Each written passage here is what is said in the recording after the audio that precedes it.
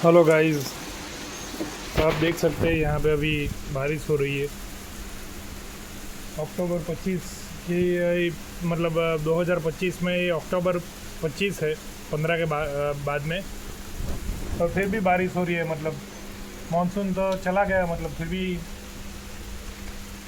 I don't know how the weather is getting so different here in my friend is in kind of disturbance problem due to sudden rain in October 25, even after Diwali and Navratri.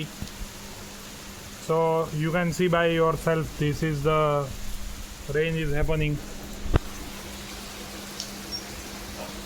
So here my friends and workers are also taken break because the sudden rain came.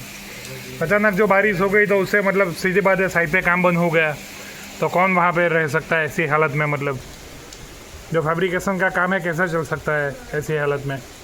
और अक्टूबर 25 को बारिश हो गई, मतलब पिछले 3-4 दिन से लग तो रहा था कि बारिश होगी, ऐसा माहौल बन रहा है, लेकिन वाकई में हो जाएगी ऐसा मेरे को लग नहीं रहा था, लेकिन वाकई में हो गई। जय श्री कृष्ण मित्रों, जय हिंद, वंदे मातरम। આ જુઓ તમે, ઓક્ટોબરની 25 તારીખ છે ને વરસાદ થઈ રહ્યો છે। દિવાળી ને નવરાત્રી પછી કોણે ધારેલું કે આવો વરસાદ પડશે અચાનક? આ સાઈડ પર પડી ગયો ને આપણા મિત્ર બી બિચારો જો નહીં, એને આપણે રૂમમાં આવવા દીધો, વાંધો નહીં, no problem, because he is our dear buddy. આવું છે તો અહીંયા હવે પર્યાવરણને પ્રદૂષણમાં આવું બધું એટલું બધું થાય છે કે ઓક્ટોબર 25 પણ વરસાદ પડે છે।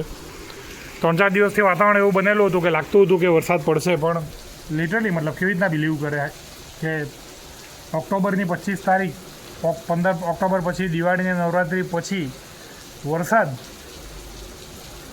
લાગે છે કે ઇંગ્લેન્ડ યુકે જેવું થવા માંડ્યું છે અહીંયા કે રોજ વરસાદ પડે। પર્યાવરણને પ્રદૂષણની હાલત એવી છે કે ફ્રેન્ડ મને કહેતો હતો કે હવે પ્રદૂષણ એટલું બધું છે ને, વસ્તી એટલી વધારે છે આપણે દેશમાં, તો આવું શક્ય ખરું, પણ ખરેખર પડી જશે એવું કોણે ધારેલું હતું? મને તો ગમે છે એકચ્યુઅલી વરસાદ પડે તે, પણ આવું છે કે બધું ખેડૂત લોકોને ને અમુક કામ ધંધાવાળા લોકોએ ધરેલું નહીં હોય ને, એમનું બધું કામનું સેટઅપ ને ખેડૂતની ખેતી ડિસ્ટર્બ થઈ જાય।